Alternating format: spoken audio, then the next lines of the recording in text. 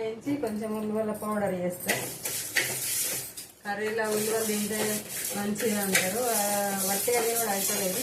కొన్ని పౌడర్ అయితే చేస్తా. పప్పులో దేంతోనైనా వేసుకోవచ్చు. కర్రీలో వట్టిది కూడా వేసి చూడచ్చు.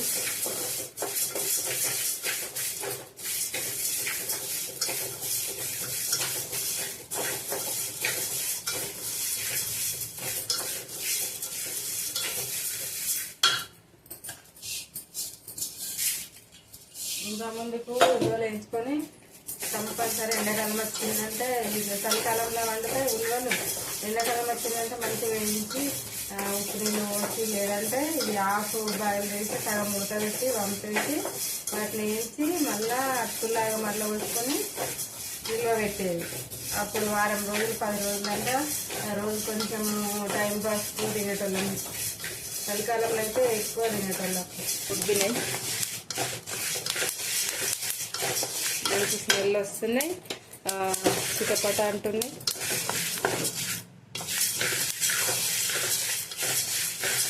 ఆఫ్ చేసిన ఒక్కసారి మిక్సీలు ఇట్లా అన్నా.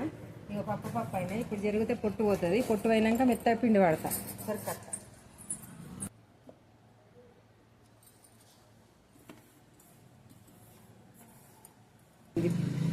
పొట్టు పోయింది కాబట్టి కలరు వైట్గా వచ్చింది.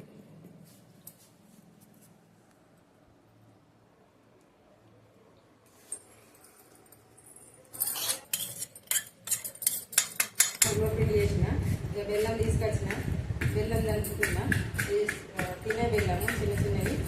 వీటితోటి ఉల్లిగడ్డలు ఎట్లా తినాలి ఇంకా కానీ ఊరికే తీసుకొస్తున్నా, తినడం అయితే లేదు. ఇప్పుడైతే పొట్టు తీసేసి మంచిగా పిండి చేసిన, మింప పిండి చేసినట్టు ఉల్లిగడ్డ పిండి చేసిన. ఇక సున్నుండలు కూడా వేసుకోవచ్చు. బెల్లం వేసి మేము కర్రీలో కానీ రెడీ చేసి పెడతాను అనుకున్నా. ఎట్లా తినడు అనుకుంటే ఇప్పుడు ఈ బెల్లం వేసినాక ఇప్పుడే అయిపోతుంది. నేను చేసిన పౌడరు సగం దానికి ఇప్పుడు తినేస్తున్నాను. మీరు కూడా పిల్లలకు చేసి పెట్టుర్రి, మీరు కూడా తినరు.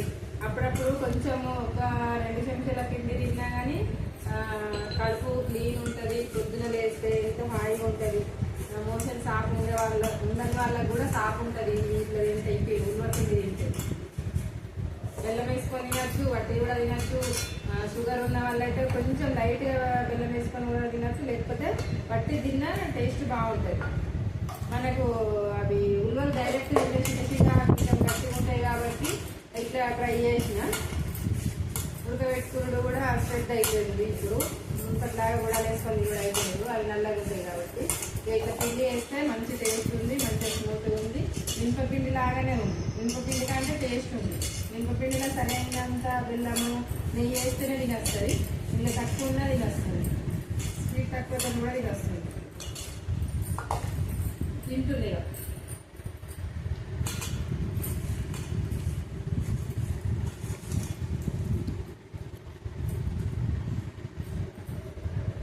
బాగుంది.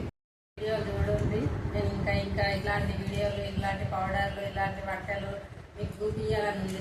నా ఛానల్ ఎంకరేజ్ చేయండి, ఫాలో చేయండి, షేర్ చేయండి, నన్ను సపోర్ట్ చేయండి, లైక్ చేయండి.